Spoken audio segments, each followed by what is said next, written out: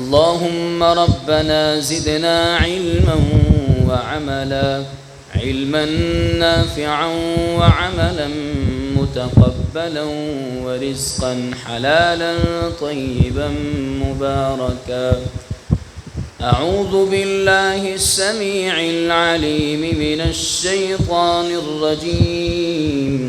بسم الله الرحمن الرحيم. ظهر الفساد في البر والبحر بما كسبت أيدي الناس لنذيقهم بعض الذي عملوا لعلهم يرجعون.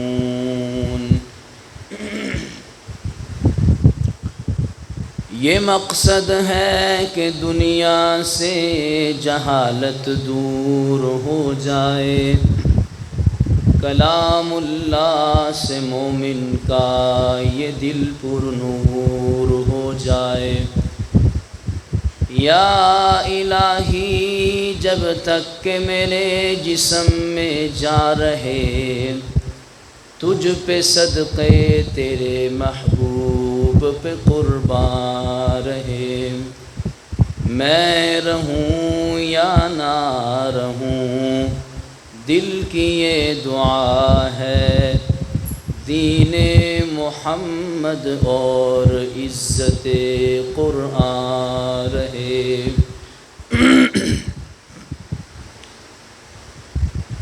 صدق اللہ العظیم. تمام قسم کی حمد و ثنا بڑیائی کی بریائی، یکتائی تنہائی ایک اللہ رب الرحمن کی ذات بابرکت کے لیے خاص ہے، جو پوری کائنات کا اکیلا خالق، مالک، رازق، داتا، گنج بخش، رنج بخش ہے. بے شمار لا تعداد ان گنت بے حد و حساب درود و سلام آقا نامدار سرتاج رسول فخر الانبیاء، آپ کے اور میرے پیر و مرشد ہم سب کے دنوں کی بہار، تاجدار ختم نبوت جناب محمد الرسول اللہ صلی اللہ علیہ وآلہ وسلم کی ذات اقدس اطہر اعلیٰ و بالا کے لیے. محترم مکرم معظم محتشم بھائیوں، بزرگوں اور دوستوں، انسان دنیا میں اللہ سے بڑی ہی مختصر زندگی لے کر آتا ہے. چند دن، پھر چند مہینے اور پھر چند سال، یہ انسان کی زندگی کا مختصر سا پروجیکٹ جو خدا نے انسان کو دیا ہے. جب اس کا وقت مقررہ آ جاتا ہے تو چاہے دنیا کو اس کی کتنی ہی ضرورت کیوں نہ ہو، اس کے گھر والوں کو اس کی کتنی ہی ضرورت کیوں نہ ہو، جب اس کا وقت اجل، وقت مقررہ آ گیا، اذا جاء اجلهم لا يستأخرون ساعة ولا يستقدمون. دنیا ترلے کرتی رہے، منتیں سماجتیں وہ پیش کرتے رہیں کہ ایک سانس، ایک گھڑی مل جائے، لیکن رب کا قرآن کہتا ہے کہ جب انسان کا وقت اجل آ جاتا ہے تو پھر نہ ایک گھڑی تقدیم ہوتی ہے، نہ ایک گھڑی تاخیر ہوتی ہے. عین اسی وقت انسان کے جسم سے اس کی روح کو نکال کر کے اس کے جسم کو مردہ اور بے جان بنا دیا جاتا ہے. کہنے کو تو یہ چند سانسیں ہیں، کہنے کو تو یہ چند لمحات ہیں، چند گھڑیاں ہیں، لیکن اگر اس دنیا کی گہرائیوں کے اندر جائیں اور اس دنیا کی مقاصد پر نظر دوڑائیں تو وہ مقاصد بہت بڑے ہیں. ہمارے معاشرے میں جو ٹرینڈ چلتا ہے وہ شاید ہم نے یہ سمجھ رکھا ہے کہ دنیا کی زندگی محض کھیل تماشا ہے، کہ رب نے 4 دن دیے ہیں، عیش و عشرت کی زندگی بسر کر لو، موج مستی جو اڑا سکتے ہو اڑا لو، جس قدر چین اور سکون حاصل کر سکتے ہو کر لو. اور حتیٰ کہ کچھ لوگ یہ بھی کہتے ہوئے ان کو سنا ہے کہ اے جہان مٹھا تے اگلا کس ڈٹھا، یہ 4 دن زندگی بسر کر لو، آگے دیکھی جائے گی جو کچھ ہوگا. یہ ہماری خام خیالیاں ہیں، یہ ہمارے ذہنوں کے اوپر جو بھوت سوار ہے، شیطان نے جو ہمارے ذہنوں پر وسوسہ اور پردہ ڈال دیا ہے، اس نے ہماری آنکھوں پر وہ پردے ڈال دیے ہیں کہ جن مقاصد کو اللہ رب العزت نے، جن مقاصد کے حصول کے لیے انسان کو دنیا کی زندگی عطائی تھی، وہ ہمیں دکھائی نہیں دیتے۔ خالق ارض و سما نے انسان کو جو زندگی دی ہے، اس کے مرنے کے بعد ایک آخرت کی زندگی جو ہمیشہ ہمیشہ کی زندگی شروع ہونے والی ہے، نہ ختم ہونے والی زندگی ہے، اور ایسی زندگی کہ جس زندگی میں موت کو بھی موت آ جائے گی لیکن کسی کو موت نہیں آ سکے گی۔ اس آخرت کی زندگی کی تیاری کے لیے اللہ رب العزت نے انسان کو دنیا کی زندگی عطا کی تھی۔ یعنی ہم یہ کہہ سکتے ہیں کہ ہماری آخرت کی زندگی کا دار و مدار ہماری دنیا کی زندگی پر ہے۔ اگر یہ دنیا کی زندگی بہتر ہے تو آخرت کی زندگی بہتر ہو جائے گی، اور اگر دنیا کی زندگی میں برے عمل کرتے رہے اور اللہ کو نہ منا سکے، بد اعمالیاں، بد اخلاقیاں اور ہمارے برے رویے، ہمارے برے اخلاق اسی طرح رہے، اور پھر اس طرح جنت کی امیدیں لگا کر کے مرنا، یہ محض ہماری خام خیالی ہے۔ ہم نے ایک جملہ سنا ہے کہ دنیا مزرعۃ الآخرہ، کہ دنیا آخرت کی کھیتی ہے، جو دنیا کے اندر بوئیں گے وہی آخرت کے اندر کاٹیں گے۔ یہ دنیا کے اندر ناممکن ہے کہ انسان بیج جو ہے وہ گنے کا ڈالے اور انگور کی امید لگا کر کے بیٹھ جائے، فصل جو ہے وہ کپاس کی اگائے اور چاول کی امید لگا کر کے بیٹھ جائے۔ ایسا نہیں ہوتا ہے۔ جس چیز کا بیج ڈالا ہے انسان کو اسی کی امید لگانی چاہیے۔ اسی طرح جو دنیا کی زندگی میں اچھے عمل کرے گا اسی کے لیے آخرت میں جنت ہے۔ دنیا کی ساری زندگی اللہ کی نافرمانیوں میں اور رب کے احکامات کو گواتے ہوئے اور اللہ کے احکامات کو ٹھکراتے ہوئے گزار کر کے جنت کی امیدیں لگانا اور جنت میں جانے کے خیال اور جنت میں جانے کے خواب دیکھنا، یہ انسان کی خام خیالی ہے۔ اللہ رب العزت نے ان چیزوں کو انسان سے دور رکھا ہے جو اللہ کی بات کو تسلیم نہیں کرتا ہے۔ یہ تو آخرت کے اندر ہے کہ انسان دنیا کی زندگی بہتر کرے گا تو آخرت کی زندگی بہتر ہو جائے گی، لیکن بسا اوقات اللہ رب العزت انسان کے دنیا کے گناہوں کی سزا انسان کو دنیا میں ہی دے دیتے ہیں۔ جو اس نے غلطیاں کی ہیں، نافرمانیاں کی ہیں، اللہ کے احکامات کو ٹھکرایا ہے، رب کی بات کو تسلیم نہیں کیا ہے، اللہ کے احکامات کو ٹھڈا مارا ہے، نہیں مانتا ہے، پسے پشت ڈالتا ہے، اپنی منمانی کرتا ہے، دل کی خواہشات اور دل کی آرزوؤں پر عمل کرتا ہے، پھر اس انسان کو اللہ رب العزت دنیا کی زندگی میں ہی چھوٹے چھوٹے عذاب دیتے ہیں۔ اور قرآن مجید میں اللہ رب العزت نے قرآن مجید میں اللہ رب العزت نے اس کے لیے جو الفاظ استعمال کیے ہیں، وَلَنُذِيقَنَّهُم مِّنَ الْعَذَابِ الْأَدْنَىٰ دُونَ الْعَذَابِ الْأَكْبَرِ، کہ ہم دنیا کے لوگوں کو ان کے گناہوں کی وجہ سے، ان کی غلطیوں اور ان کی سرکشیوں کی وجہ سے، ان کی بغاوتوں کی وجہ سے، ان کی بدعمالیوں اور بد اخلاقیوں کی وجہ سے اللہ رب العزت فرماتے ہیں ہم بڑے عذاب سے قبل ان کو چھوٹے چھوٹے عذاب چکاتے ہیں، چھوٹے چھوٹے عذابوں میں مبتلا کرتے ہیں۔ مقصد کیا ہوتا ہے؟ لعلہم یرجعون، ان کا نقصان کرنا مقصد نہیں ہوتا ہے، ان کو اذیت میں مبتلا کر کے اللہ رب العزت کو مزہ نہیں آتا ہے، بلکہ اللہ رب العزت نے جو مقصد بیان کیا ہے چھوٹے چھوٹے عذابوں میں مبتلا کرنے کا، وہ کیا ہے؟ لعلہم یرجعون، کہ شاید کہ انسان لوٹ آئے، پلٹ آئے۔ اس نے جو غفلت کی زندگی بسر کی ہے، اس نے سرکشی میں جو اللہ کی نافرمانیاں اور رب کے احکامات کو پامال کیا ہے، ان سے توبہ کر کے اللہ کی طرف رجوع کرے۔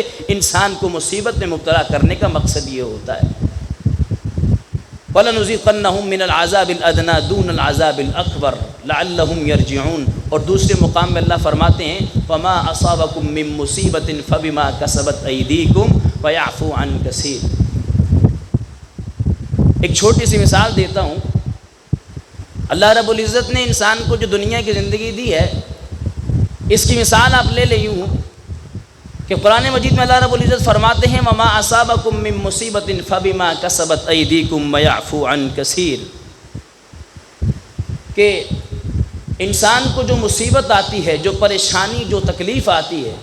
اس کو جس مشکل کا سامنا کرنا پڑتا ہے، فَبِمَا كَسَبَتْ أَيْدِيكُمْ، یہ انسان کے گناہوں کا صلہ ہوتی ہے۔ آتی تو اللہ کی طرف سے ہے، بھیجی خدا نے ہوتی ہے، لیکن انسان کے گناہوں کی کمائی ہوتی ہے۔ جو اس نے ماضی میں گناہ کیے، جن گناہوں کو کر کے بھول گیا، اللہ سے توبہ نہ کی، رب کی طرف رجوع نہ کیا، اللہ رب العزت فرماتے ہیں فَبِمَا كَسَبَتْ أَيْدِيكُمْ، یہ انسان کی ان گناہوں کا صلہ ہے، انسان کی ان غلطیوں کا صلہ ہے جن غلطیوں کو اللہ رب العزت نے ان کو معاف کرتے ہوئے اور انسان کو تنبیہ کرتے ہوئے، سمجھاتے ہوئے، بتلاتے ہوئے، اس کو سدھارتے ہوئے، جھنجھوڑتے ہوئے کہ لوٹ اپنے خدا کی طرف، اللہ کی طرف رجوع کر کہ 4 دن کی زندگی کبھی نہ کبھی بسر ہو جائے گی، نکل جائے گی، یوں ہی نہ نکال اس کو، بلکہ جو مقصد اللہ نے دے کر کے بھیجا تھا اس مقصد حیات کو، اس مقصد زندگی کو اپنے ذہن میں رکھ۔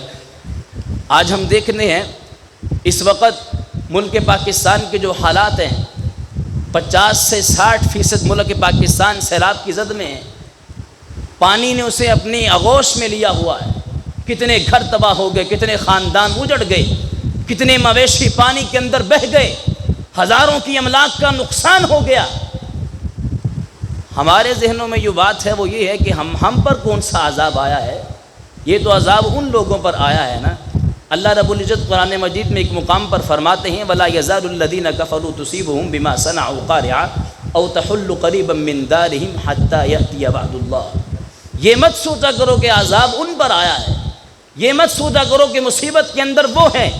بسا اوقات اللہ رب العزت کسی اور کو مصیبت میں مبتلا کر کے دوسروں کو سبق سکھاتے ہیں کہ اگر آج وہ مشکل کے اندر ہیں، آج وہ پریشانی کے اندر ہیں، ان پر تھوڑی سی مصیبت آئی ہے کہ دنیا کی مصیبتیں، دنیا کی پریشانیاں، دنیا کی تکلیفیں آخرت کی تکلیفوں سے کہیں بڑھ کر کے ہیں، دنیا کی آزمائشیں آخرت کی آزمائشوں سے کہیں بڑھ کر کے ہیں۔ اللہ رب العزت دنیا کی مصیبت میں ان کو مبتلا کر کے ان سے آخرت کے عذاب کو تو ہلکا کر دیں گے، لیکن جن پر یہ مصیبت نہیں آئی ہے ان کو توبہ کرنے کی ضرورت ہے، ان کو اللہ کی طرف رجوع کرنے کی ضرورت ہے۔ اللہ ان کو عذاب دے کر کے ہمیں یہ سمجھاتے ہیں، ہمیں اس بات کی خبر دیتے ہیں کہ وَلَا يَزَالُ الَّذِينَ كَفَرُوا تُصِيبُهُم بِمَا صَنَعُوا قَارِعَةً۔ یہ اللہ کے نہ شکرے اور نہ قدرے، جن کو اللہ کی نعمتیں کھا کر کے بھی رب کی اہمیت کا اندازہ نہیں ہے، فرمایا کہ تم اس بات سے بے فکر مت ہو کہ عذاب ان پر ہے، ہم پر کون سا عذاب آیا ہے۔ اللہ رب العزت ان کو مصیبت میں مبتلا کر کے، پریشانی میں مبتلا کر کے اللہ تمہیں سدھارنا چاہتے ہیں کہ آج دنیا میں ان پر چھوٹی سی مصیبت آئی ہے اور تم دیکھتے ہو کہ وہ کس طرح سسکیاں لے رہے ہیں، وہ کس طرح ترس رہے ہیں، وہ کس طرح سڑکوں پر بیٹھ کر کے بھیک مانگ رہے ہیں۔ آخرت کی زندگی اور آخرت کے عذاب اس سے کہیں زیادہ بڑھ کر کے ہیں، اسی لیے دنیا کی زندگی میں ہی اللہ کی طرف رجوع کرو، اللہ کی طرف پلٹو۔ اس وقت اگر آپ دیکھیں تو پوری دنیا میں سب سے زیادہ مشکلات اور پریشانیوں کے اندر مبتلا اگر کوئی ہے تو وہ مسلمان ہے۔ ماریں سب سے زیادہ مسلمانوں کو پڑتی ہیں، پابندیاں سب سے زیادہ مسلمانوں پر لگتی ہیں، اسی طرح دیگر عذاب مسلمانوں پر آتے ہیں۔ انسان کے ذہن میں ایک خیال پیدا ہوتا ہے کہ میں تو اللہ کا بندہ ہوں، میں نے صحیح کلمہ پڑھا ہے، لا الہ الا اللہ محمد رسول اللہ صلی اللہ علیہ وسلم میری پہچان ہے، میں اللہ کے دین کو قبول کرنے والا ہوں، لیکن ان سب باتوں کے باوجود بھی اتنی مصیبتیں اور اتنی پریشانیاں مجھ پر کیوں آتی ہیں؟ مسلمان ہر میدان کے اندر مار کیوں کھا جاتے ہیں؟ احباب گرامی قدر اس کا جواب سنیں۔ خدا کا اپنی مخلوق کے ساتھ تعلق 2 طرح کا ہے، ایک تعلق خلق کے اعتبار سے ہے، ایک تعلق عبادت کے اعتبار سے ہے، دین کے اعتبار سے ہے۔ خلق کے اعتبار سے، تخلیق کے اعتبار سے اللہ کی نگاہوں میں سب لوگ برابر ہیں، کوئی بڑا ہے، کوئی چھوٹا ہے، کوئی ادنا ہے، کوئی اعلیٰ ہے، کوئی یہودی ہے، کوئی عیسائی ہے، کوئی مجوسی ہے، کوئی سکھ ہے۔ تخلیق کے اعتبار سے اللہ رب العزت کی نگاہوں میں سارے لوگ برابر ہیں۔ پھر ان لوگوں میں سے کچھ لوگ جو دین کے ساتھ وابستہ ہو جاتے ہیں، دین کے ساتھ جڑ جاتے ہیں، جن کی محبت دین کے ساتھ بڑھ جاتی ہے، ان کے دل میں دین کے لیے پیار اور دین کے لیے الفت ہوتی ہے، اللہ رب العزت ان کو اپنا قریبی بنا لیتے ہیں، ان کو اپنا محبوب بنا لیتے ہیں۔ اس کی مثال یوں لے لیں، آپ کسی غیر ملک میں جاتے ہیں، جب پہلے دن وہاں پر گئے سب لوگ آپ کے لیے اجنبی تھے، سب لوگ آپ کے لیے غیر تھے، آپ کو کچھ معلوم نہیں تھا کہ یہ کون ہے، یہ کس کا بھانجا ہے، یہ کس کا رشتہ دار ہے، کسی کو کچھ نہیں پتا تھا۔ آپ کی نگاہوں میں سب لوگ برابر ہیں۔ کچھ دن بسر کرنے کے بعد آپ کے کچھ دوست یار بن جاتے ہیں، کچھ کچھ دوست و احباب بن جاتے ہیں، کسی کے ساتھ دوستی لگ جاتی ہے، پھر وہ لوگ جن کے ساتھ آپ کی دوستی ہے، آپ کا ایک فرینڈشپ ہے، آپ کا ایک ریلیشن ہے، وہ باقی لوگوں سے عزیز ہو جاتے ہیں، باقی لوگوں سے پیارے ہو جاتے ہیں۔ اسی طرح اللہ رب العزت کی نگاہوں میں سارے برابر ہیں، لیکن جو دین کے ساتھ وابستہ ہیں، جن کا تعلق دین کے ساتھ ہے، جو شریعت محمدی کے ساتھ جڑے ہیں، جن کا پیار اور جن کی محبت دین کے لیے ہے، وہ اللہ رب العزت کے بہت قریبی ہوتے ہیں، بہت ہی پیارے ہوتے ہیں۔ لیکن حضرات گرامی قدر، دنیا والوں کا ایک قانون ہے، جب کوئی اپنا رشتہ دار غداری کرتا ہے، اپنا دوست دھوکہ دیتا ہے، اپنا دوست فراڈ کرتا ہے، تو غیر کا دھوکہ اتنی تکلیف نہیں دیتا ہے جتنا اپنا جو دوست ہے، اپنا رشتہ دار جو جتنی تکلیف دیتا ہے، غیر کی مصیبت کی اتنا درد نہیں ہوتا ہے جتنا اپنے کی مصیبت کے درد ہوتا ہے۔ جب اپنے تکلیف دیتے ہیں تو اپنوں کی تکلیف غیروں سے بڑھ کر کے ہوتی ہے۔ اللہ رب العزت کو بھی یہ بات بہت بری لگتی ہے کہ جس بندے نے کلمہ پڑھا ہو، لا الہ الا اللہ محمد رسول اللہ، اس بات کا عہد کیا ہو، اس بات پر گواہی دی ہو کہ میں گواہی دیتا ہوں کہ اللہ ایک ہے، اس کے علاوہ کوئی معبود برحق نہیں ہے، میں گواہی دیتا ہوں کہ محمد عربی صلی اللہ علیہ وسلم اللہ کے رسول ہیں، اللہ کے پیغمبر ہیں،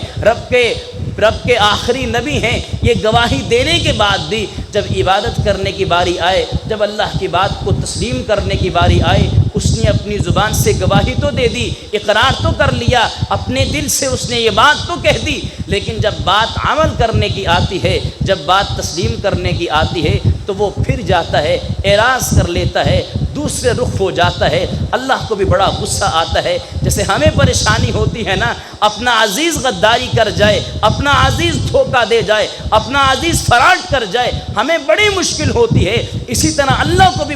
اللہ رب العزت کو بھی اس بندے پہ بڑا غصہ آتا ہے جو دین محمدی کو قبول کرنے کے بعد بھی، دین اسلام کو قبول کرنے کے بعد بھی اسلام کے احکامات کو ٹھڈا مارتا ہے، اسلام کے فرامین کو تسلیم کرنے سے انکار کرتا ہے۔ جو کافر ہے اس نے تو مانا ہی نہیں، وہ تو ہے ہی الگ ہے، مشرک اس نے اللہ کو تسلیم ہی نہیں کیا، وہ تو ہے ہی الگ ہے۔ لیکن ایک بندہ وہ ہے جس نے مسلمان ہو کر کے بھی اللہ کے احکامات کو تسلیم نہیں کیا۔ پھر اللہ رب العزت اس بات کا حق رکھتے ہیں، اللہ رب العزت اس بات کا حق رکھتے ہیں کہ انسان جس نے دنیا کی زندگی میں اللہ کے احکامات کو تسلیم نہیں کیا، رب کے فرامین کو نہیں مانا ہے، اللہ رب العزت اس کو عذاب دینے کا حق رکھتے ہیں۔ ظہر الفساد فی البر والبحر بما کسبت ایدی الناس، بر و بحر میں جو فساد برپا ہوتا ہے، آپ دیکھتے ہیں کبھی خشکی میں عذاب آتے ہیں، کبھی تری میں عذاب آتے ہیں، کبھی پانی کے اندر طوفان آ جاتے ہیں، سمندر جو ہیں ان میں طوفان برپا ہو جاتے ہیں، کبھی خشکی میں اللہ کے عذاب آتے ہیں۔ بما کسبت ایدی الناس، اللہ رب العزت فرماتے ہیں انسان کہ تیری بدعمالیاں ہیں، بد اخلاقیاں ہیں، تیرے برے اعمال ہیں، برے رویے ہیں، تیرے گناہوں کا صلہ ہے، تیری غلطیوں کا ثمرہ ہے، تو اللہ رب العزت کو بھول گیا، اللہ رب العزت کے احکامات کو تو نے ٹھکرا دیا۔ آج انہی احکامات کو ٹھکرانے کی وجہ سے، آج انہی غلطیوں کو کرنے کی وجہ سے اللہ رب العزت نے تجھ پر عذاب مسلط کیے ہیں۔ لِنُذِيقَهُمْ بَعْضَ الَّذِي عَمِلُوا، انسان یہ تیرے تھوڑے سے گناہوں کا صلہ ہے، تھوڑے سے تیرے برے اعمال کا صلہ ہے، ابھی تو بہت سارا حساب باقی دینا ہے۔ لَعَلَّهُمْ يَرْجِعُونَ، انسان کو عذاب میں مبتلا کرنے کا مقصد یہ ہے، انسان کو جھنجھوڑنے کا مقصد یہ ہے، انسان کو چھوٹی چھوٹی جھلکیاں اور چھوٹی چھوٹی مصیبتوں میں مبتلا کرنے کا مقصد یہ ہے، انسان کو مصیبت میں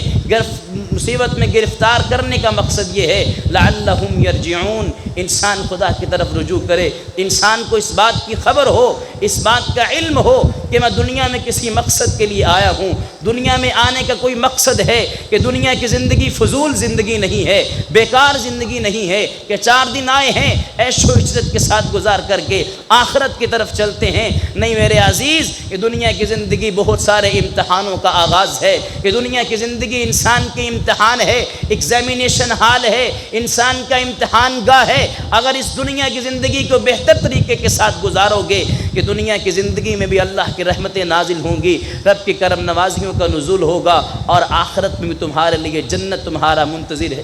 جنت تمہاری منتظر ہے۔ اللہ رب العزت اپنے قرآن مجید میں فرماتے ہیں وما اصابکم من مصیبت فبما کسبت ایدیکم ویعفو عن کثیر، جتنی بھی مصیبتیں تم پر آتی ہیں، جتنی بھی پریشانیاں تم پر آتی ہیں، ہے تو یہ تمہارے گناہوں کا صلہ، ہے تو تمہاری نافرمانیوں کا صلہ، ویعفو عن کثیر، اور بہت سی غلطیاں ایسی ہیں، بہت سی سرکشیاں ایسی ہیں جن کو اللہ رب العزت معاف کر دیتے ہیں۔ حضرت علی المرتضیٰ رضی اللہ تعالیٰ عنہ، اللہ کے پیغمبر جناب محمد رسول اللہ صلی اللہ علیہ وسلم پر جب یہ آیت مبارکہ نازل ہوئی تو اللہ کے پیغمبر نے علی المرتضیٰ سے کہا تھا علی جانتے ہو اس کی تفسیر کیا ہے؟ کہا اللہ کے پیغمبر میں نہیں جانتا ہوں۔ کہا علی اس کی تفسیر یہ ہے کہ اللہ رب العزت انسان کو مصیبت میں مبتلا کرتے ہیں، پریشانی میں مبتلا کرتے ہیں، انسان کو عذاب میں مبتلا کرتے ہیں۔ اللہ رب العزت کو شوق نہیں ہے، اللہ رب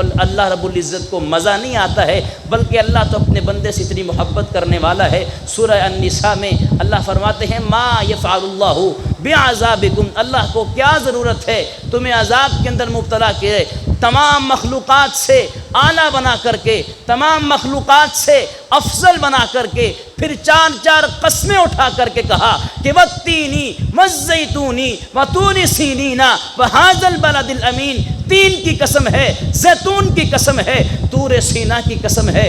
امن والے شہر مکے کی قسم ہے، چار قسمیں اٹھا کر کے اللہ کہے لقد خلقنا الانسان فی احسن تقویم، کہ میں نے انسان کو سہنا بنایا ہے، میں نے انسان کو خوبصورت بنایا ہے، ساری مخلوقات کو بنایا، لفظ کن کہہ کر کے بنایا۔ جب انسان کی تخلیق کی باری آئی کہا نہیں یہ میری لاڈلی مخلوق ہے، یہ میری پیاری مخلوق ہے، خلقت بیدیا، میں نے ساری مخلوق کو اپنے ہاتھوں سے اپنے لفظ کن کہہ کر کے بنایا ہے۔ انسان یہ واحد مخلوق ہے جس کو میں نے اپنے ہاتھوں سے گوند کر بنایا ہے، یہ میں نے اپنے ہاتھوں سے تیار کی ہے، اس میں میں نے اپنی اللہ رب العزت نے ساری دنیا کی جتنی بھی مخلوقات ہیں انسان کے تابع کر دی ہیں، انسان کی مطیع بنا دی ہیں، انسان کی فرما بردار کر دی ہیں، لیکن انسان سے ایک ہی بات کا سوال کیا ہے۔ انسان تو دنیا میں کھا بھی پی جی جو تیرا جی چاہتا ہے کر، جہاں پر تیرا جی کرتا ہے چلا جا، تجھ پر کوئی پابندی نہیں ہے،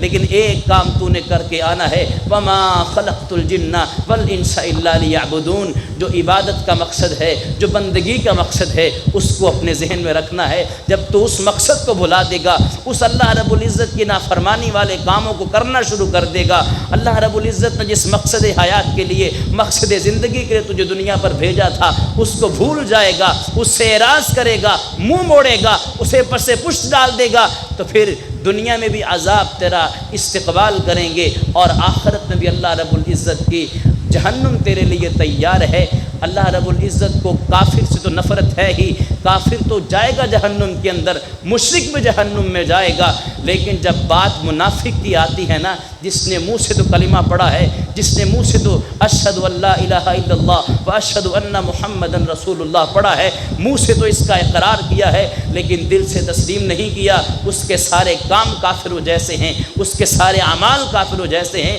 اس کے بارے میں اللہ رب العزت فرماتے ہیں ان المنافقین فی الدرک الاسفل من النار، کافر پتہ نہیں کہاں پر ہوگا، مشرک پتہ نہیں کہاں پر ہوگا۔ کائنات کے امام نے فرمایا اللہ رب العزت کے دین سے غداری کرنے والا، دین سے اعراض کرنے والا، قبول کر کے بھی نہ ماننے والا، زبان سے اقرار کیا ہے کہ میں گواہی دیتا ہوں، عمل کی باری آئی تو دوڑ جاتا ہے، عمل کی باری آئی تو بھاگ جاتا ہے، عمل کی باری آئی تو دنیا کے کام اسے یاد آ جاتے ہیں، عمل کی باری آئے تو اسے دنیا کے دھندے جو ہیں وہ اسے یاد آ جاتے ہیں۔ فرمایا ایسا اللہ رب العزت کے ساتھ یوں غداری کرنے والا، اس کے دین سے اعراض کرنے والا، فرمایا یہ منافق شخص ہے، ان المنافقین فی الدرک الاسفل من النار، یہ منافق انسان جو ہے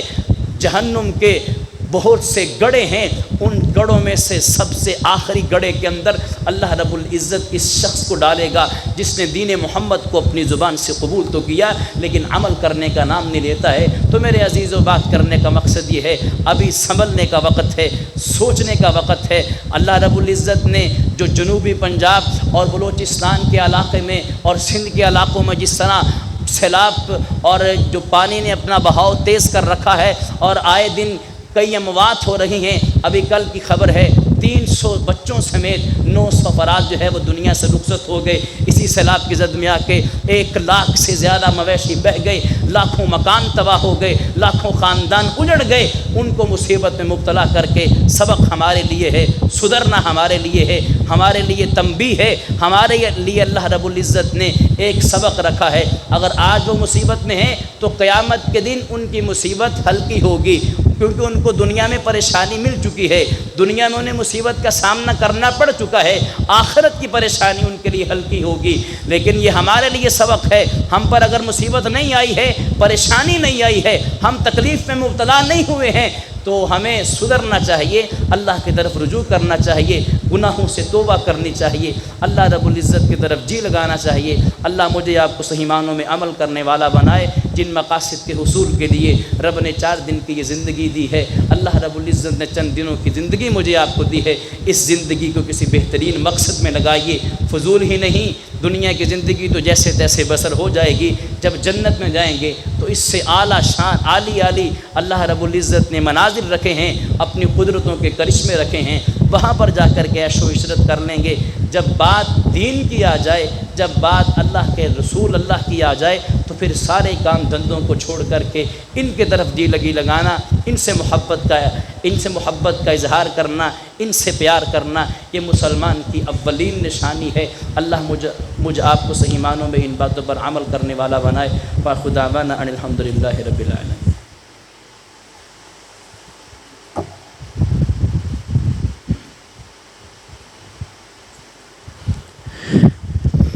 ایک حدیث سن لیں، کل قیامت کا دن ہوگا، اللہ رب العزت ایک بندے کو اپنے سامنے لائے گا